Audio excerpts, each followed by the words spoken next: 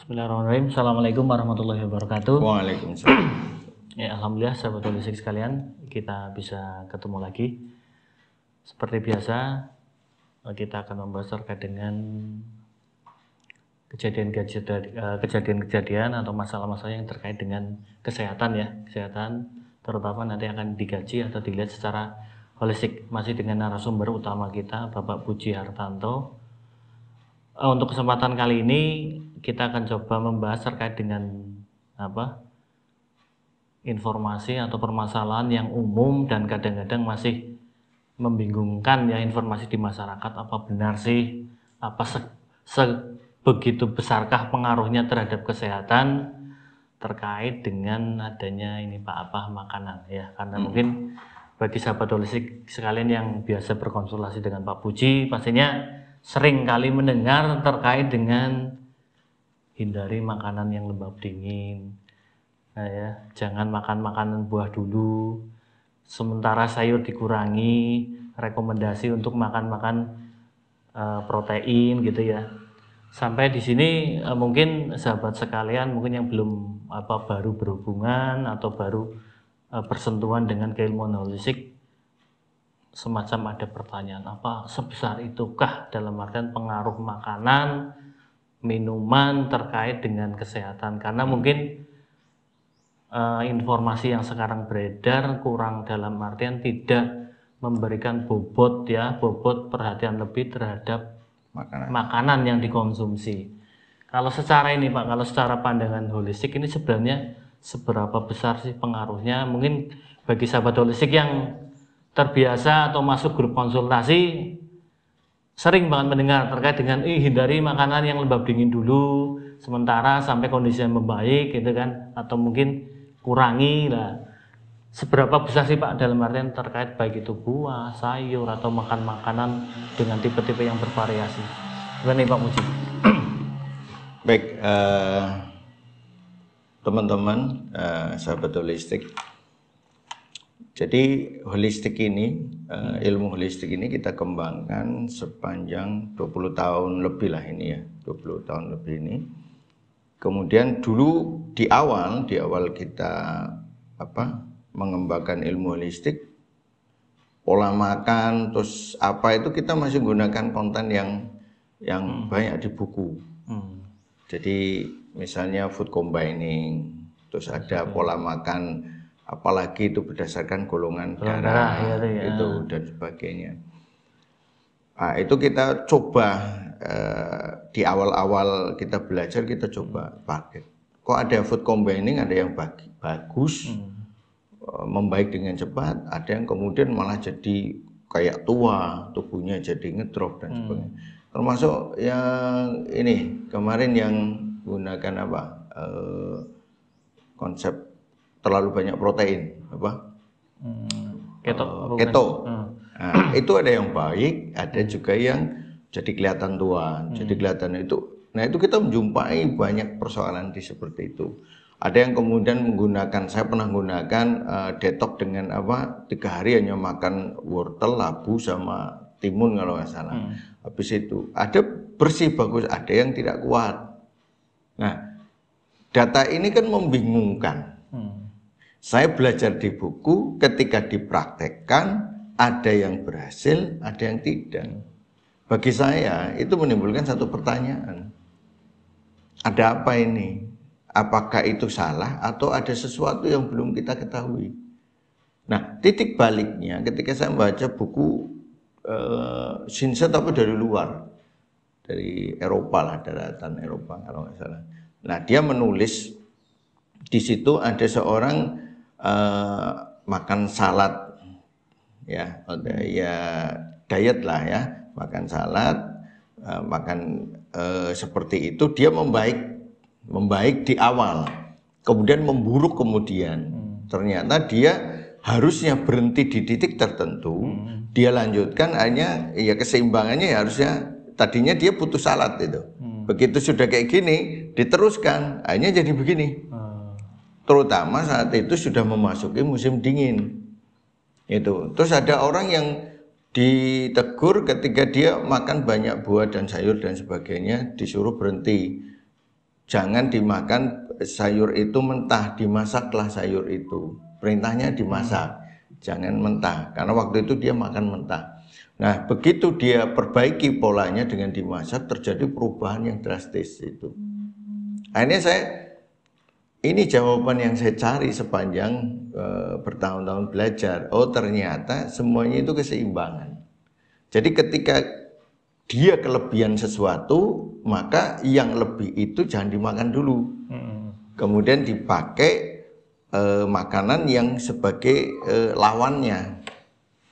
Sampai titik tertentu dia seimbang lagi, baru makanannya itu beragam lagi. Itu seperti itu. Nah, proses pembalikan ini itu satu dengan orang lain itu juga berbeda waktunya. Nah, ketika kita ketemu orang-orang, kalau dari data kita selama 20 tahun itu hampir 80% kasus yang masuk ke kita itu tipenya defisien, lemah, dingin, lembab. Sebagian besar loh ya, 80% loh ya, gede banget kan.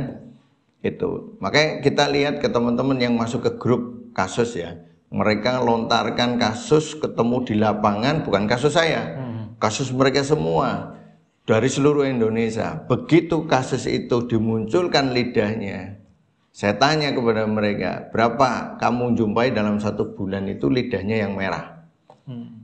Dikit banget, hampir semuanya pucat, defisien, lembab dan sebagainya.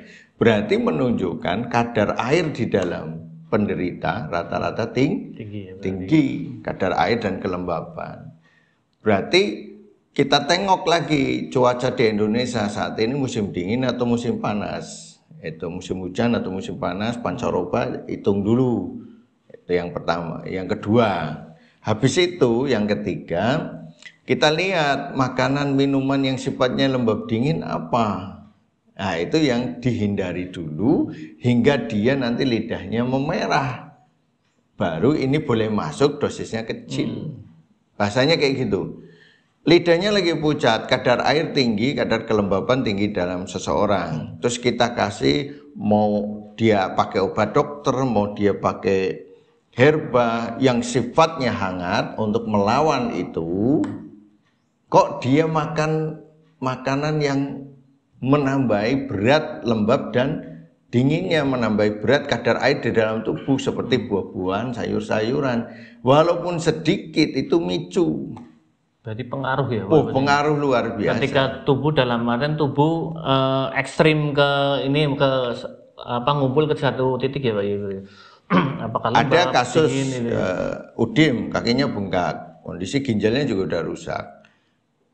Dikasih ramuan yang sifatnya menghangatkan, dia perbaikan kelihatan sekali. Saya bilang jangan sekali-kali makan lembab dingin. Itu walaupun secuil masalah, makan kelengkeng 1 butir. 1 butir.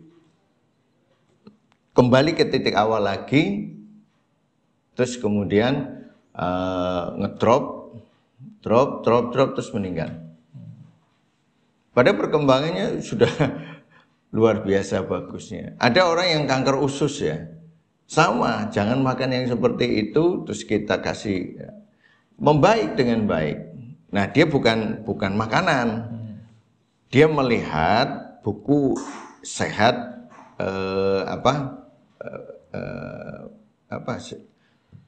Rasulullah my doctor. Jadi Rasulullah itu dokter kita bagi umat Islam. Nah, di situ ada resep-resep. Nah, dia mengikuti resep itu tanpa melihat resep itu untuk siapa. Dia gunakan jeruk nipis ditambahi madu, pada perutnya lagi lembab, dingin. Ya sudah, kambuh lagi. Penyakit sudah setahun, kemudian sudah terjadi perbaikan nyata, bisa kemana-mana. Ketika minum itu, rusak lagi. Dan dikembalikan lagi susah.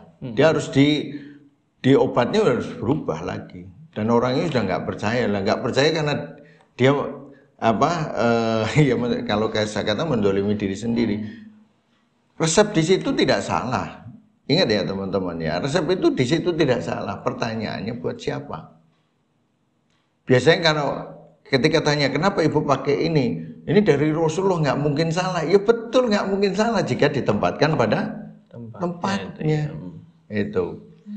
Soalnya kan kadang-kadang ini yang dalam artian ketika misal ya, dalam artian Rasulullah menerima wahyu pasti ada asbabun nuzulnya. Sebab. Berarti kan sebab kenapa itu ulama turun ketika berarti itu diturunkan dalam suatu peristiwa apa? Apakah dalam artian ini bisa dalam artian ketika suatu ada resep, dalam artian pendekatan seperti itu ada suatu resep, berarti di situ kayak semacam ada syarat dan ketentuan dalam artian resep itu bekerja gitu. Iya betul. Contoh lagi ketika ada nanti riwayat tentang masalah kalau demam dimandikan. Itu demam yang seperti apa, di daerah yang mana, ketika Rasulullah menyampaikan, dalam situasi seperti apa. Jadi informasinya juga harus komplit ya berarti. Komplit. Jangan kemudian nanti demam karena angin dingin tanpa keringat Anda mandikan. Itu penyakit akan masuk ke dalam dan berbahaya bagi tubuhnya. Itu makanya wong kita dalam beribadah saja itu harus jelas alurnya. Perintahnya jelas sehingga kita tidak bersifat bid'ah ya dalam mengerjakan sesuatu yang Rasulullah tidak perintahkan dengan jelas itu. Ya, ini aja harus ada tuntunannya, harus ada yang ngajari dan sebagainya. Di bidang pengobatan sama, harus jelas itu. Ini maksudnya seperti apa? Misalnya bahasa udap obat dari semua penyakit, betul.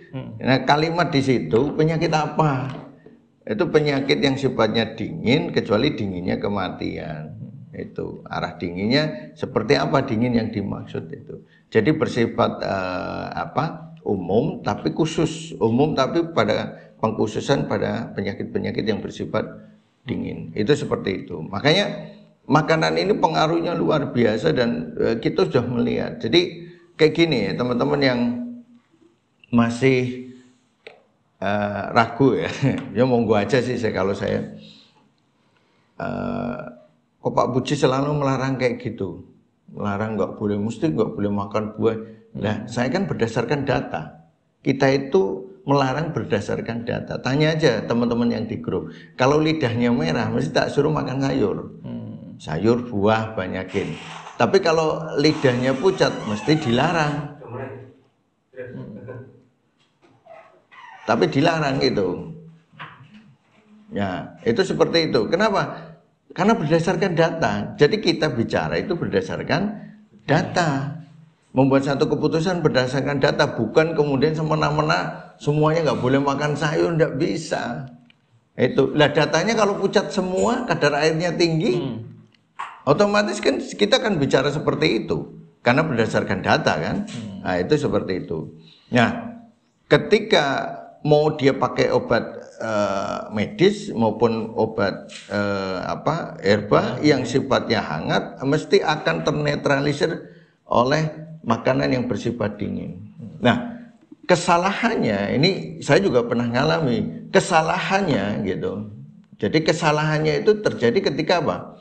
Ketika kita itu fokus di pada berarti obatnya tidak efektif. Akhirnya apa? Ganti obat. Iya kan? Iya. Jadi tidak pernah melihat kepada apa yang menetralisir. Jadi ketika obatnya sebenarnya sudah tepat berdasarkan diagnosa, analisa, kemudian dikasih mau obat dokter juga sama. Makanya kadang kan ini biasanya jalan, makanya saya kadang tanyakan, ketika minum obat ini enak nggak? Enak. Kemudian 2 hari kemudian kok nggak enak ya Mas ya? Dicek makanannya, 2 hari enak kok 2 hari kemudian nggak enak, kan aneh. Nah, berarti ada sesuatu yang menetralisir. Nah ini kadang nggak dilihat itu, hanya minta ganti obat. Mau herba mau obat dokter. Padahal obatnya itu tepat. Nah ini nggak pernah dianalisa, didetailkan. Nah kita 20 tahun melihat persoalan itu kemudian mendata.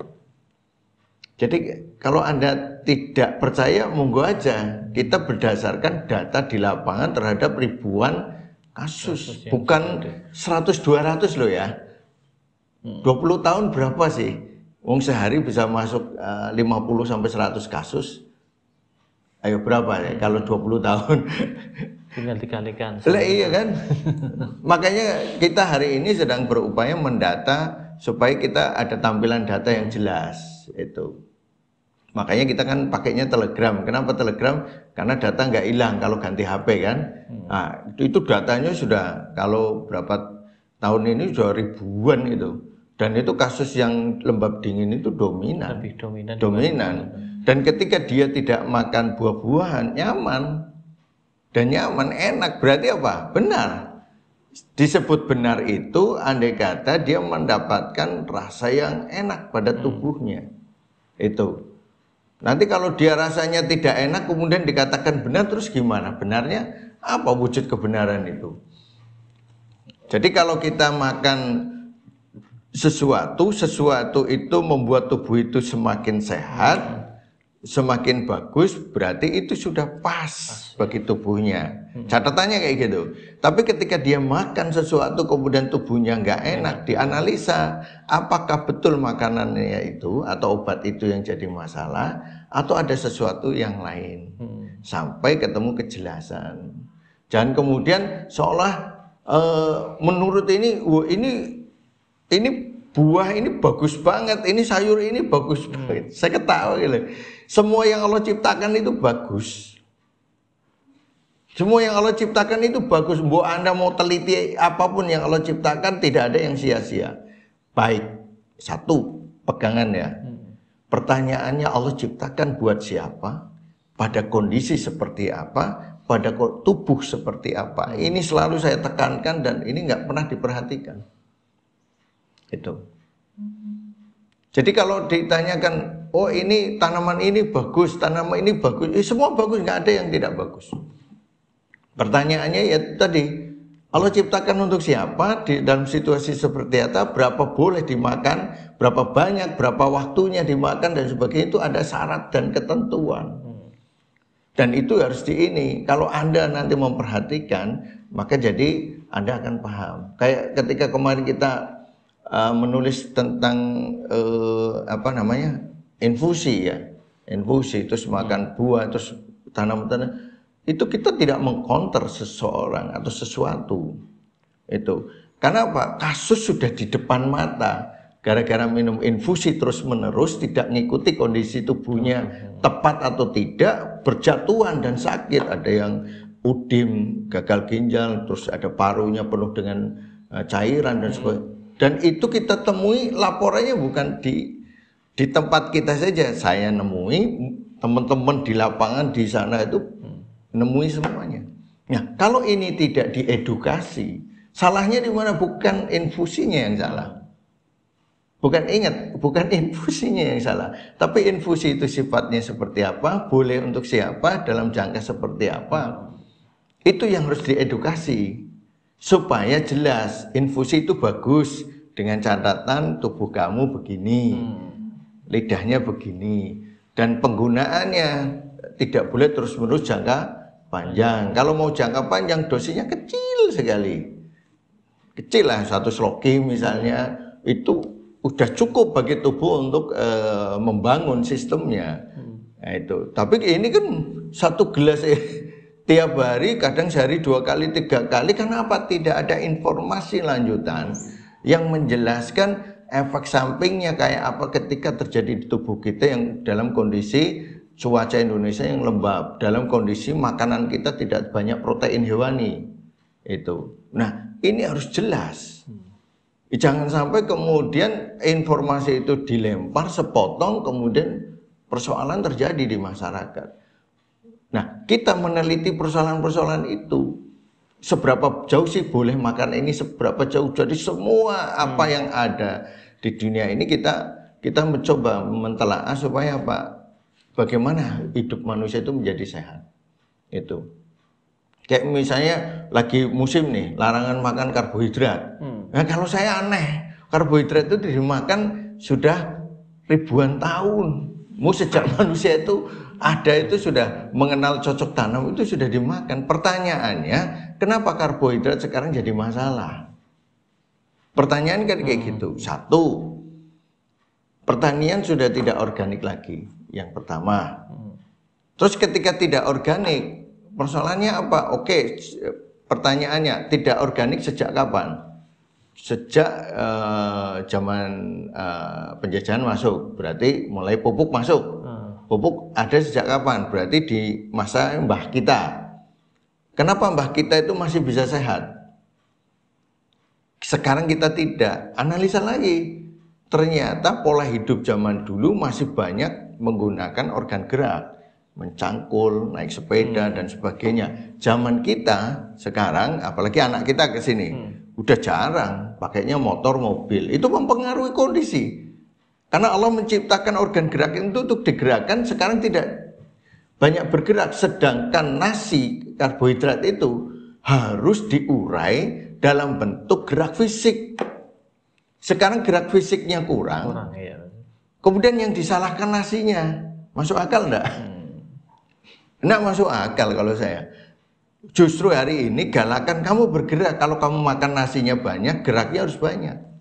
Itu imbang. Jadi tidak akan pernah menyalahkan nasi. Tapi apa yang membuat dulu sehat, sekarang tidak sehat, diteliti. Oh ternyata dia jarang gerak. Ya geraknya. Maka sekarang saya sering anjurkan olahraga. Karena sekarang pekerjaan manusia sudah jarang menggerakkan tubuh. Maka perintah olahraga itu menjadi penting dan wajib. Kalau zaman dulu petani misalnya orang di sawah, ngapain diperintah olahraga? Tiap hari olahraga. Mungkin terapisnya atau dokternya mau jalan olahraga. Kan gitu. Nah, itu gambarannya kayak gitu.